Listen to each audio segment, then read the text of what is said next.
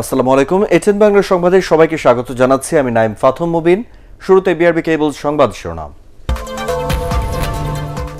অবশেষে পদ্মা যমুনায় দিনের বেলায়ও ফেরি চলাচলের অনুমতি দিল বিআইডব্লিউটিসি।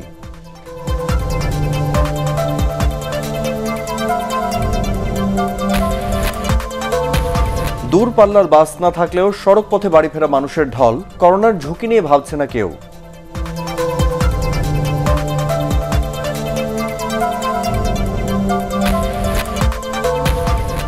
করোনায় আরও ৩৮ জনের মৃত্যু, চীনের উপহার ৫ লাখ ডোজ টিকা আসবে বুধবার।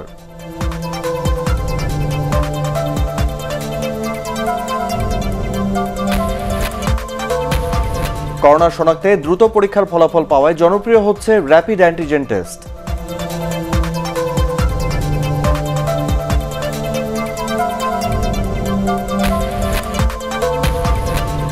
এবং চিকিৎসার জন্য খালেদা জিয়ার বিদেশ যাওয়া নিয়ে সিনিয়র আইনজীবীদের ভিন্ন মত, আদালতের দ্বারস্থ হওয়ার পরামর্শ ব্যারিস্টার শফিকের।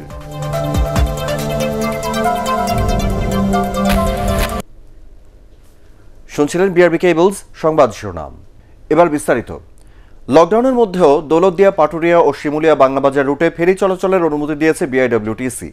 সংস্থার চেয়ারম্যান সৈয়দ তাজুল ইসলাম এ তথ্য নিশ্চিত করেছেন। তিনি জানান, যাত্রী চাপ বেশি থাকায় রোগী ও জরুরি পারাপারের জন্য আপাতত ঘাটগুলোতে ফেরি সংখ্যা বাড়ানো হয়েছে। তবে দিনের বেলা শুধু জরুরি পরিষেবার জন্য ফেরিতে যানবাহন পারাপার চালু রাখা হবে। এর আগে লকডাউনের কারণে দিনের বেলা ফেরি চলাচল বন্ধ রাখে বিআইডব্লিউটিসি। শুধু জরুরি পরিষেবায় বহরের ১৬টি ফেরির মধ্যে মাত্র ২টি দিয়ে কিছু যানবাহন পারাপার করার ব্যবস্থা করে কর্তৃপক্ষ। তাও অ্যাম্বুলেন্স ও রোগী ছাড়া ফেরিতে অন্য যানবাহন উঠতে বারণ করা হয়। পণ্যবাহী পরিবহন পারাপারের জন্য সব ফেরি রাতে সচল রেখেছিল বিআইডব্লিউটিসি।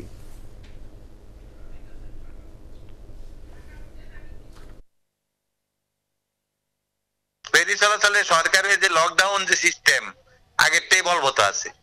তবে এখন যেহেতু ওই আপনার কিছু প্যাসেঞ্জার আসছে, উড়াউড়ি করতে আছে, আমরা যে আগে যে রিজার্ভ রেখেছিলাম আমরা রুগী এবং মৃতদেহ যে ডেড বডি পারাপারের জন্য, ওইখানে মনে করেন সে ৩টা চলে, আমরা এখানে প্রয়োজন বোধে আরো 2টা বাড়িয়ে দিব। এর আগে বিকেল পর্যন্ত বন্ধ ছিল ফেরি চলাচল। দিনভর লাশবাহী অ্যাম্বুলেন্সের অপেক্ষায় ছিলেন শিমুলিয়া ঘাটে জড়ো হওয়া মানুষ। দু একটি অ্যাম্বুলেন্স আসার পর ছেড়েছে ফেরি, তাতে গাদাগাদি করে পার হন হাজারো মানুষ। তবে এজন্য ঘন্টার পর ঘন্টা বসে থাকতে হয় শিমুলিয়া ঘাটে।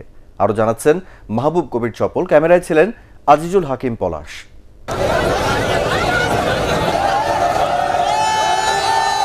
লাশবাহী অ্যাম্বুলেন্স পার করতে ঘাটে আসে এই ফেরিটি। তাতে হুমড়ি খেয়ে পড়েন ঘরমুখো মানুষ, উধাও হয়ে যায় করোনার ভীতি। অনেক অপেক্ষার পর যারা ফেরিতে উঠতে পেরেছেন তাদের কাছে সব কষ্টই যেন আনন্দের। আজ মরি কাল মরি, একদিন মরতে হবে। করোনার ভয় পায় কি লাভ, আল্লাহর ভয় পাই দেব। জানা ছিল না এরকম যে ভিড় হবে। মাছ পড়ে গেছে, ভিড়ের ছুটে ধাক্কাধাক্কি করে পড়ে গেছে। তবে ঘাটে এসে সবাই যে ফেরি পেয়েছেন তাও নয়। এই যেমন পেয়ারা বেগম, ভোর ৬টা থেকে বসে আছেন ফেরির আশায়। তার মতো অনেকেই অপেক্ষা করছেন, কিন্তু জানেন না কখন পার হতে পারবেন। তবুও বাড়ি যেতেই হবে। কি কোন দেশে বুড়ো মা আছে, পোলাপান আছে, জীবু আছে, যাওয়া লাগে না। অনেক কষ্ট, বাচ্চা কষ্ট আছে। আমার ওই বাচ্চারা তো আশা রয়েছে আমার আম্মা আসবো, আব্বু আসবে। নিজেদেরই অনৈতিকতার মধ্যে পড়ে গেছি যে একদিকে মনে করছি যে সরকারিভাবে বন্ধ, যাবো কি যাব না, আবার দেখছি ২-১টি চলছে। তবে ঘাটে যখন লাশবাহী কয়েকটি অ্যাম্বুলেন্স এসেছে তখন ফেরি ছাড়তে দেখা গেছে। দিনের বেলা ফেরি ছাড়তে নিষেধাজ্ঞা থাকলেও অ্যাম্বুলেন্সের ক্ষেত্রে বিশেষ বিবেচনা করা হচ্ছে বলে জানান শিমুলিয়া ঘাটের সহ ব্যবস্থাপক। অ্যাম্বুলেন্স ডেড বডি যদি থাকে সেই ক্ষেত্রে আমরা ফেরি ছাড়বো, এছাড়াও যাত্রী বা ইয়ের জন্য আমরা কোনো ফেরি ছাড়বো না। আমরা এর ভিত্তিতে যাত্রী উঠে যায় তো যায়। শিমুলিয়া বাংলাবাজার ঘাট দিয়ে দক্ষিণাঞ্চলের ২১ জেলার মানুষ যাতায়াত করেন। ঈদের সময় ১ কোটির বেশি মানুষ ঢাকা ছাড়েন। এবার সংখ্যাটা তত না হলেও নেহায়েত কম নয়। যারা ফিরছেন তাদের মধ্যে সামান্য অংশ যদি করোনা ভাইরাস বহন করেন তাহলে ভয়াবহ অবস্থার তৈরি হতে পারে। তাই বাড়ি ফিরলেও সতর্ক থাকার পরামর্শ দিচ্ছেন জনস্বাস্থ্য বিশেষজ্ঞরা। মাহবুব কবির চপল, এটিএন বাংলা, শিমুলিয়া ঘাট, মুন্সিগঞ্জ। দূরপাল্লার বাস নেই, তারপরও সড়ক পথে বাড়ি ফেরা মানুষের ঢল থামছে না। অতিরিক্ত ভাড়া দিয়ে অনেকেই প্রাইভেট কার ও মাইক্রোবাসে ঢাকা ছাড়ছেন। আবার নিম্ন আয়ের মানুষরা যাচ্ছেন ট্রাক, পিকআপ ভ্যান এবং লোকাল বাসে গাদাগাদি করে। লকডাউন বা করোনার ঝুঁকি নিয়ে ভাবতে চান না তারা। আদিন সজীবের রিপোর্ট। করোনার যতই ঝুঁকি থাকুক, সড়ক পথে থাকুক যত অনিশ্চয়তা, কিংবা গ্রামে মহামারী ছড়িয়ে পড়ার যত শঙ্কা, তারপরও এত সব ঝুঁকি মাথায় নিয়ে নারীর টানে ঢাকা ছাড়ছেন হাজার হাজার মানুষ। দূরপাল্লার বাস নেই জেনেও সড়ক পথে ঘরমুখ মানুষের এই যাত্রা।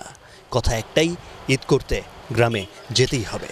বাড়ি না গেলে নাকি ঈদই হয় না। সরকার মার্কেট বন্ধ করে নাই, সরকার বাজার বন্ধ করে নাই, কোথাও বন্ধ নাই। বন্ধ খালি বাসের ভিতর কি করোনা বসে রয়েছে? 10 টাকা ভাড়া 50 টাকা 100 টাকা কেন নিচ্ছে?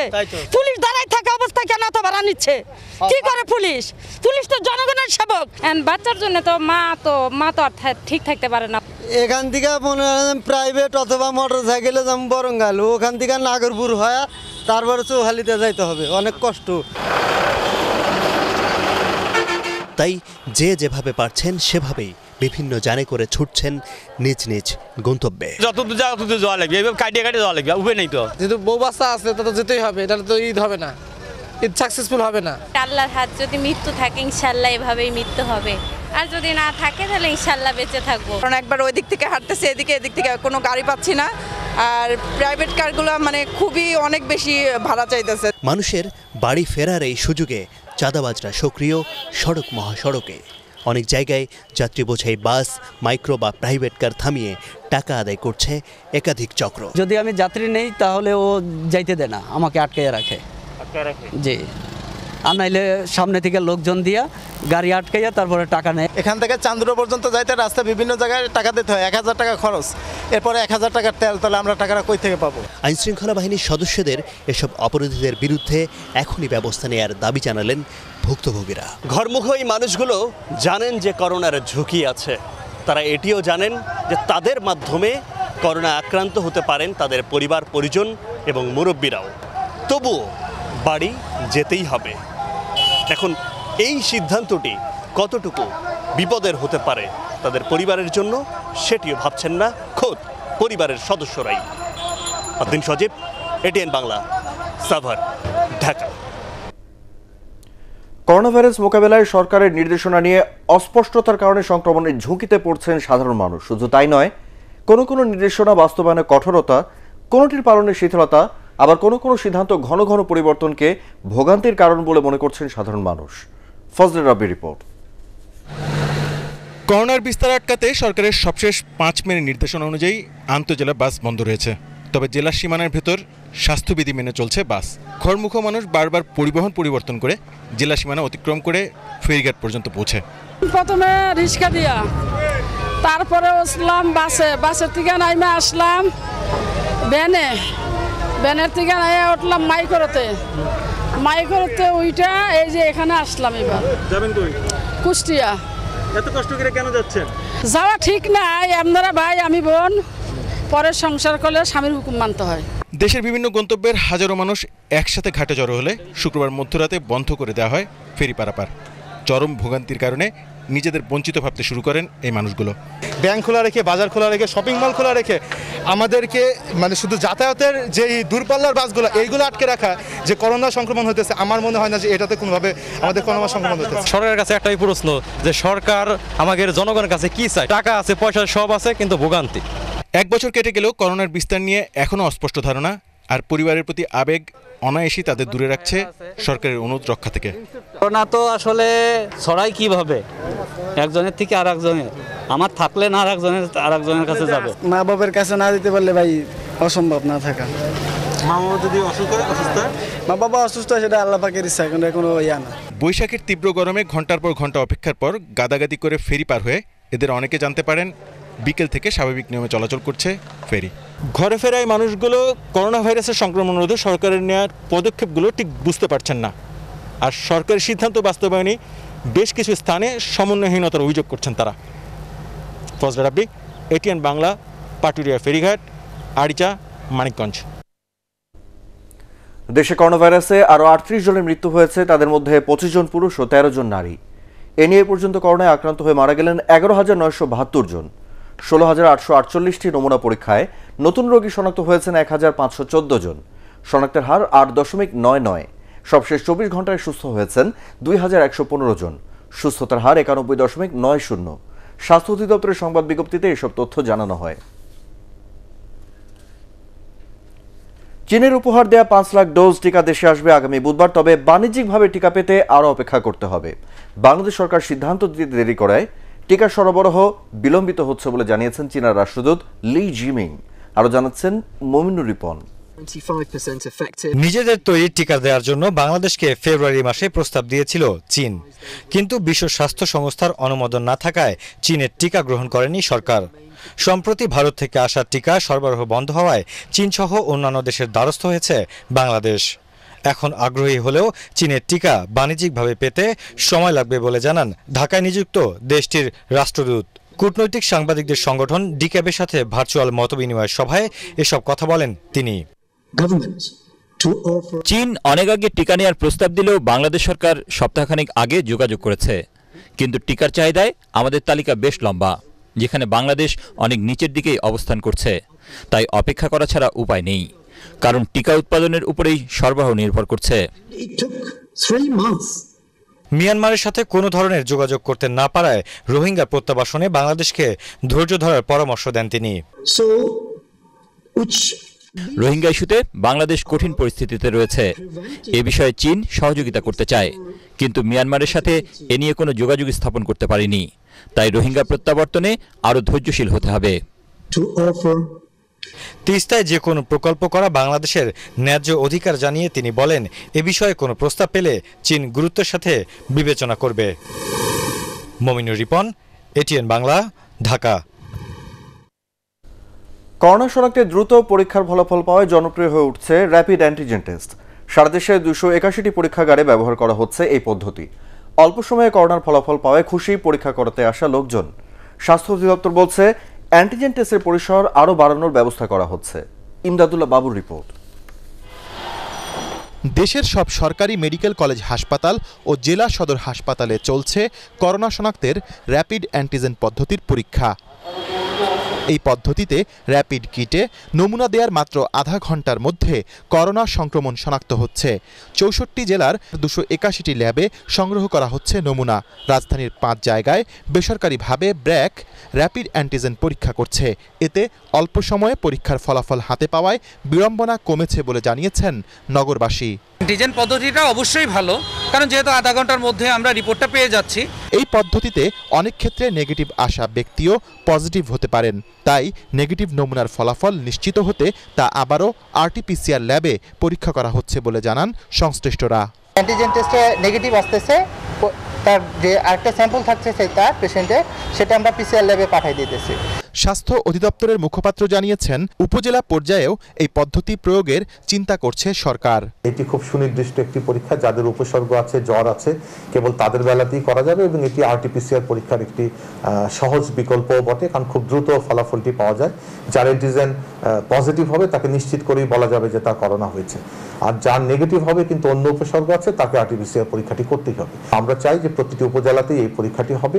করোনা উপসর্গ নেই এমন ব্যক্তির র্যাপিড অ্যান্টিজেন পদ্ধতিতে পরীক্ষা করা হচ্ছে না। ইমদাদুল্লাহ বাবু, এটিএন বাংলা, ঢাকা। যশোর সদর হাসপাতাল থেকে পালিয়ে যাওয়া 10 করোনা রোগীর মধ্যে ভারত ফেরত 6 জন ও স্থানীয় একজনকে গ্রেপ্তার দেখে আদালতে সোপর্দ করেছে পুলিশ। এদিকে যশোর বিজ্ঞান ও প্রযুক্তি বিশ্ববিদ্যালয়ের একদল গবেষক কম খরচে করোনা ভাইরাস শনাক্তে সাইবার গ্রিন পদ্ধতি উদ্ভাবন করেছেন। এই পদ্ধতিতে করোনা শনাক্ত করতে প্রতি নমুনার জন্য মাত্র 140 টাকা খরচ হবে। পরীক্ষার সময় লাগবে 90 মিনিট। সংবাদ সম্মেলনে বিশ্ববিদ্যালয়ের উপাচার্য ডক্টর আনোয়ার হোসেন এই ঘোষণা দেন। যশোর থেকে শাহনারা বেগমের রিপোর্ট, জানাচ্ছেন নিয়াজ জামান সজীব। পার্শ্ববর্তী দেশ ভারত থেকে বাংলাদেশে আসা করোনার নতুন ধরন মানুষের মধ্যে আতঙ্ক তৈরি করেছে গেল কয়েকদিন। এরই মধ্যেই আসার খবর শোনালেন জবি প্রবির গবেষকরা। পরীক্ষা এবং যাচাইয়ের পর তারা বলছেন, করোনা ভাইরাস শনাক্তে সাইবার গ্রিন পদ্ধতি বাংলাদেশের জন্য এখন হতে পারে সবচেয়ে উপযোগী। এই পদ্ধতিতে করোনা শনাক্ত করতে প্রতি নমুনার জন্য বাংলাদেশের মাত্র 140 টাকার মতো খরচ হবে। এবং সময় লাগবে মাত্র 90 মিনিট। পরীক্ষা করে দেখা গেছে এই পদ্ধতি করোনা শনাক্তর সেন্সিটিভিটি প্রচলিত অন্যান্য কিটের সমপর্যায় এবং কোনো কোনো ক্ষেত্রে অধিক। এই গবেষণাটি প্রিপ্রিন্ট আকারে মেডিকেল আর্কাইভ সার্ভারে পাওয়া যাচ্ছে এবং একটি পিয়ার রিভিউড জার্নালে প্রকাশনের জন্য অপেক্ষমাণ। এদিকে যশোর সদর হাসপাতাল থেকে পালিয়ে যাওয়া 10 জন করোনা রোগীর মধ্যে ভারত ফেরত 6 জন ও স্থানীয় একজনকে গ্রেপ্তার দেখিয়ে আদালতে সোপর্দ করেছে পুলিশ। দুপুরে তাদের আদালতে সোপর্দ করা হয়। এর আগে দুবার করোনা টেস্টে তাদের ফলাফল নেগেটিভ আসায় হাসপাতাল কর্তৃপক্ষ তাদের ছাড়পত্র দিয়েছিল। গত 23 ও 24 এপ্রিল ভারত থেকে আসা করোনায় আক্রান্ত কয়েকজন যাত্রীকে যশোর জেনারেল হাসপাতালে প্রাতিষ্ঠানিক কোয়ারেন্টাইনে রাখা হয়, কিন্তু হাসপাতাল থেকে পালিয়ে যান তারা। Bureau report, ATN Bangla. চিকিৎসার জন্য বিএনপি চেয়ারপারসন বেগম খালেদা জিয়ার বিদেশ যাওয়া নিয়ে ভিন্ন মত দিয়েছেন সিনিয়র আইনজীবীরা। সাজাপ্রাপ্ত ব্যক্তির বিদেশে চিকিৎসার কোনো সুযোগ নেই বলে জানিয়েছেন দুদকের প্রধান আইন কর্মকর্তা খুরশিদ আলম খান।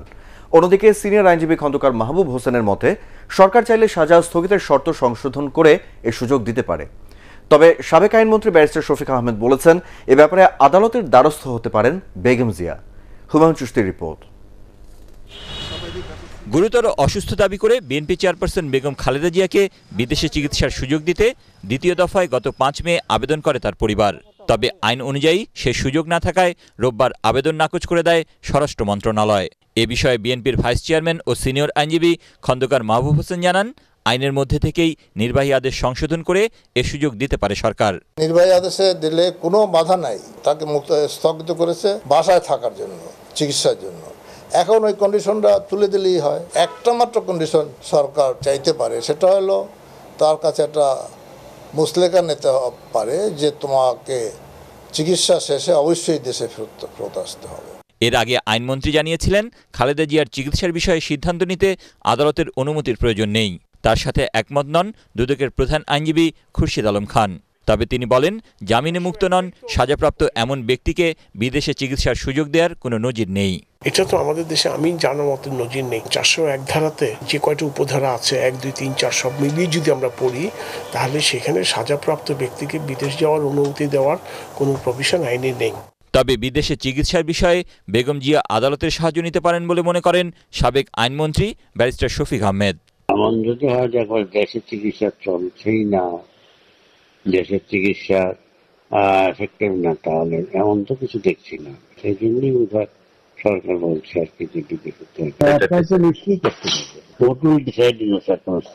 ওনাকে 5 বছর সাজার মামলায় তাকে হাইকোর্ট তাকে জামিন দেননি। সেই ক্ষেত্রে উনি হয়তো দ্বিধাদ্বন্দ্বের ভিতরে আছেন যে উনি উচ্চ আদালতে গিয়ে কতটা সুফল পাবেন। দুর্নীতির মামলায় সাজাপ্রাপ্ত হয়ে 2018 সালের 8 ফেব্রুয়ারি থেকে কারাগারে ছিলেন বেগম জিয়া।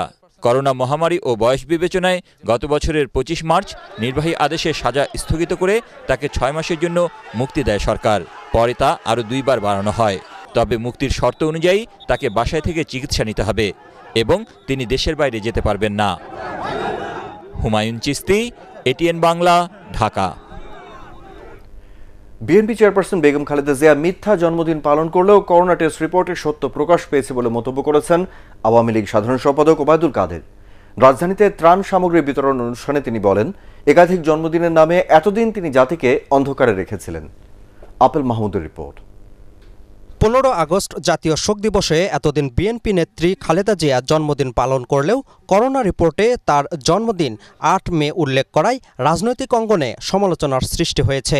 মিথ্যা জন্মদিন পালন করে দলটি নিষ্ঠুর রাজনীতির পরিচয় দিয়েছে বলে মন্তব্য করেছেন আওয়ামী লীগ সাধারণ সম্পাদক ওবায়দুল কাদের। অতি সম্প্রতি করোনা টেস্টের জন্য দেয়া তার যে তথ্য, জন্মদিবসের তথ্য, সেটা হচ্ছে 8 মে 1946 সাল। তাহলে জনগণের মনে প্রশ্ন, তবে কি বেগম খালেদা জিয়া মৃত্যু ভয়ে তার আসল জন্মদিনের কথা এতদিন প্রকাশ করেননি। এদিকে ঢাকা 5 আসন ও উত্তরা ফ্রেন্ডস সোসাইটি আয়োজিত অসহায় ও দুস্থদের ত্রাণ বিতরণ কার্যক্রমে অংশ নিয়ে আওয়ামী লীগের যুগ্ম সাধারণ সম্পাদক মাহবুবুল আলম হানিফ বলেন, খালেদা জিয়ার জামিন নিয়ে বিএনপি নেতারা মিথ্যাচার করছে। অসুস্থতা নিয়ে রাজনীতি করা থেকে বিরত থাকার আহ্বানও জানান তিনি। বেগম খালেদা জিয়ার সুস্থতা নয়, তার শারীরিক সুস্থতা নয়, বরং তার শারীরিক অবস্থা থেকে আপনারা রাজনীতি করতে চান, সেটাই আপনাদের কাছে মুখ্য হয়ে দাঁড়িয়েছে। এ সময় বিএনপির যে কোনো ষড়যন্ত্রের বিরুদ্ধে সজাগ থাকার আহ্বান জানান আওয়ামী লীগ নেতারা। Apple Mahmud, ATN Bangla, Dhaka. শুরুতেই ই-ভ্যালি ঈদ বাজার। ঈদকে সামনে রেখে রাজধানীর শপিং মলগুলোতে এখন ক্রেতাদের উপচে পড়া ভিড়। করোনা পরিস্থিতি ও লকডাউনের মধ্যে চলছে শেষ মুহূর্তের কেনাকাটা। অভিজাত পোশাকের সম্ভার নিয়ে এসেছে বিভিন্ন শোরুম। বিস্তারিত জানাচ্ছেন রাবেয়া আক্তার সুবর্ণা।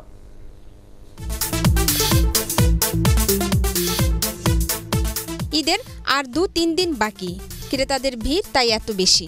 দৃষ্টিনন্দন শাড়ি, 3 পিস, লেহেঙ্গা সহ নতুন পোশাক কিনতে হুড়োহুড়ি তাদের। প্রতিবারের মতো এবারও বিশেষ কিছু পোশাকের প্রতি ক্রেতাদের আকর্ষণ বেশি। তরুণীদের চাহিদা সারারা, গারারা ও গ্রাউনে। গ্রাউন্ডটাই হচ্ছে ট্রেন্ডিং হিসেবে চলছে। আমি একটা ড্রেস কিনছি যেটা লং ড্রেস এবং গ্রাউন্ড চলতেছে, সারারা, তারপরে স্কার্টের মতো। করোনা পরিস্থিতির কারণে এবার বিদেশি পোশাকের চাহিদা পূরণ করতে হিমশিম খেতে হচ্ছে বিক্রেতাদের। সালোয়ার কামিজ তারপর ঘাড়ারাটাই বেশি বিক্রি হচ্ছে। ফ্যাশনেবল হয়েছে ঠিকই, কিন্তু মানে সবার জন্য আর কি এক না। মার্কেটে আসলে একটা আনন্দ থাকে, ঈদের যে একটা আনন্দ থাকে, মার্কেটে না আসলে ওই আনন্দটা থাকে না। মিহি সুতায় হাতের কাজ করা শাড়ি ও 3 পিসের চাহিদাও এবার বেশ। তবে এসবের দাম আকাশ ছোঁয়া। গরমে সুতি কাপড় কিনছেন অনেকে। এছাড়া হিজাব, বোরকা, আভায়া, খিমারের চাহিদাও কম নয়। বোরখা, আবায়া, পকেট স্লিপ, আবায়া বলে, খিমার আছে। এদিকে প্রায় সবার মুখে মাস্ক থাকলেও ক্রেতার সমাগম বেশি থাকায় সামাজিক দূরত্ব বজায় রাখার তেমন প্রচেষ্টা দেখা যায়নি মার্কেটে। রাবেয়া আক্তার সুবর্ণা, এটিএন বাংলা, ঢাকা। এবারে আল আরাফা ইসলামী ব্যাংক অর্থ সংবাদ।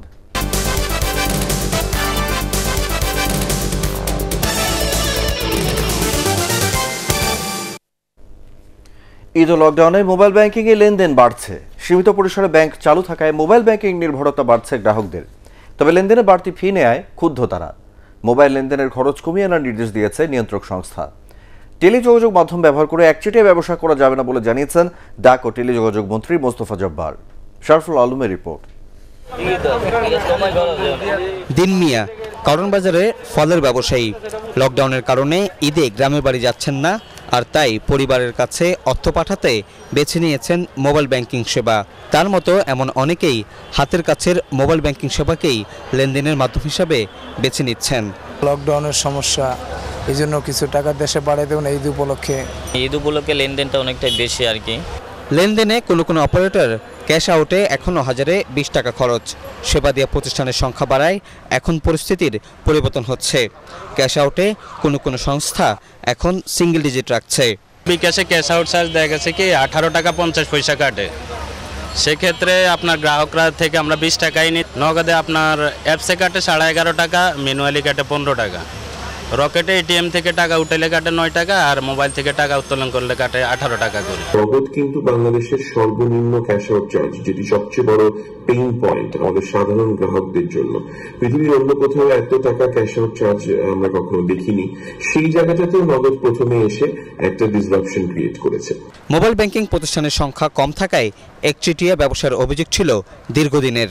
যে পরিমাণ চার্জ রাখা হচ্ছে সেটি আরো প্রতিযোগিতামূলক হবার সুযোগ রয়েছে বলে আমরা মনে করি। এখন অনেক সাশ্রয়ীভাবে এই সমস্ত সেবাগুলো ভোক্তা এবং ব্যবহারকারীর কাছে পৌঁছে দেওয়ার সুযোগ রয়েছে। মনোপলি যাতে না করতে পারে সেই জন্যই কিন্তু আমাদের প্রতিযোগিতা কমিশনের মতন কমিশন তারাও গঠন করে, যাতে একতরফা ভাবে কেউ একচেটিয়া ভাবে বাজার দখল করতে না পারে। 28টি প্রতিষ্ঠান অনুমতি পেলেও ব্যাংকিং সেবা দিচ্ছে 15টি। লেনদেনের পাশাপাশি কম খরচে সরকারি প্রণোদনার অর্থ বিতরণেও কাজ করছে তারা। এতে সরকারি ব্যয় কমে জাতীয় আয়েও ভূমিকা রাখছে মোবাইল ব্যাংকিং খাত। শারফুল আলম, এটিএন বাংলা, ঢাকা। এবারে সেহরি ও ইফতারের সময়সূচি।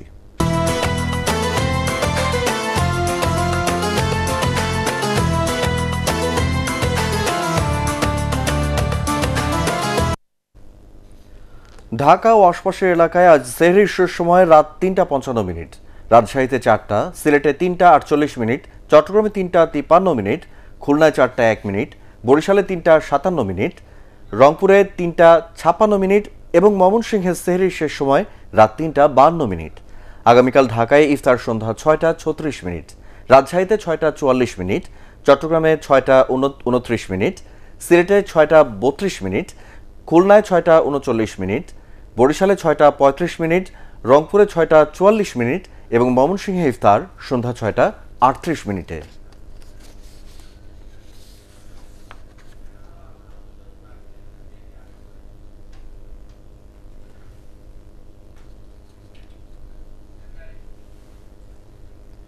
এবারে আন্তর্জাতিক সংবাদ।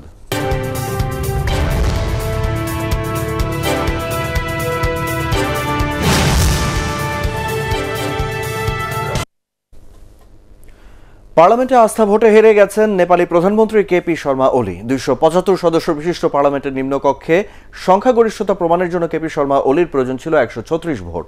তবে তার সরকারের পক্ষে ভোট পড়ে মাত্র 93টি আর বিপক্ষে পড়েছে 124টি। এতে 3 বছর 2 মাসের মধ্যেই প্রধানমন্ত্রীর দায়িত্ব ছেড়ে দিতে হচ্ছে কেপি শর্মা ওলিকে।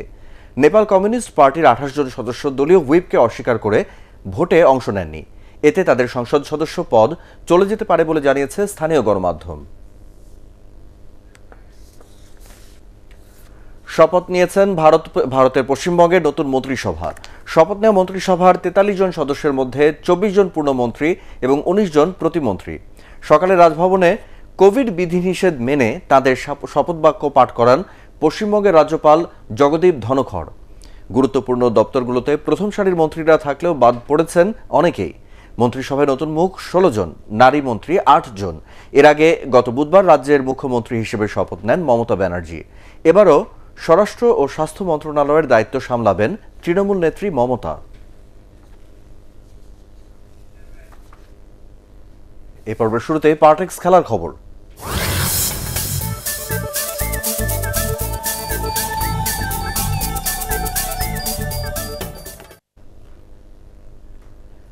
শ্রীলঙ্কার বিপক্ষে ওয়ানডে সিরিজে বাংলাদেশকে ফেভারিট হিসেবে মানছেন দলের উইকেট রক্ষক ব্যাটসম্যান লিটন দাস।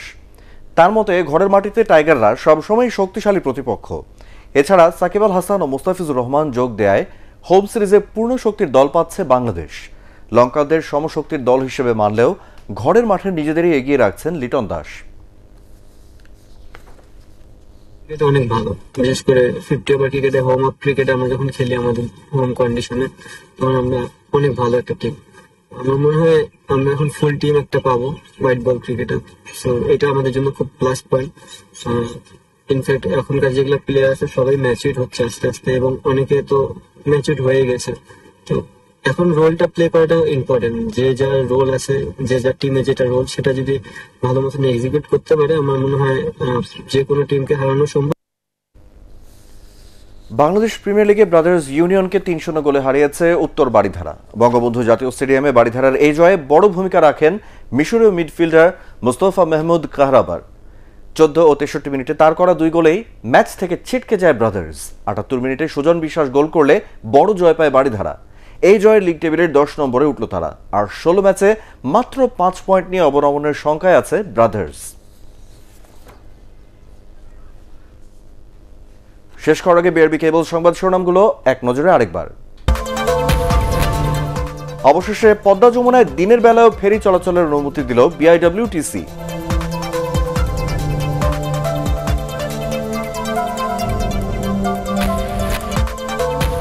দূরপাল্লার বাস না থাকলেও সড়ক পথে বাড়ি ফেরা মানুষের ঢল, করোনার ঝুঁকি নিয়ে ভাবছে না কেউ।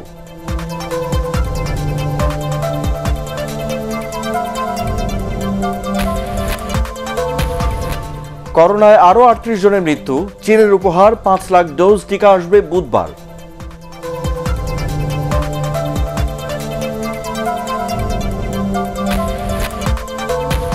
করোনা শনাক্তে দ্রুত পরীক্ষার ফলাফল পাওয়ায় জনপ্রিয় হচ্ছে র্যাপিড অ্যান্টিজেন টেস্ট।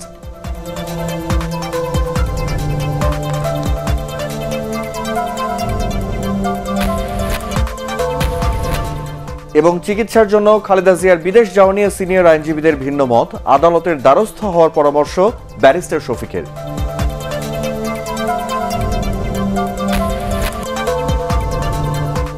পরবর্তী সংবাদ দেখার আমন্ত্রণ জানিয়ে এখনকার মতো শেষ করছি। করোনা ভাইরাস থেকে নিজেকে সুরক্ষিত রাখতে মাস্ক পরুন, বারবার হাত পরিষ্কার করুন। এটিএন বাংলা সংবাদ ইউটিউবে দেখতে ব্রাউজ করুন youtube/ATN Bangla News।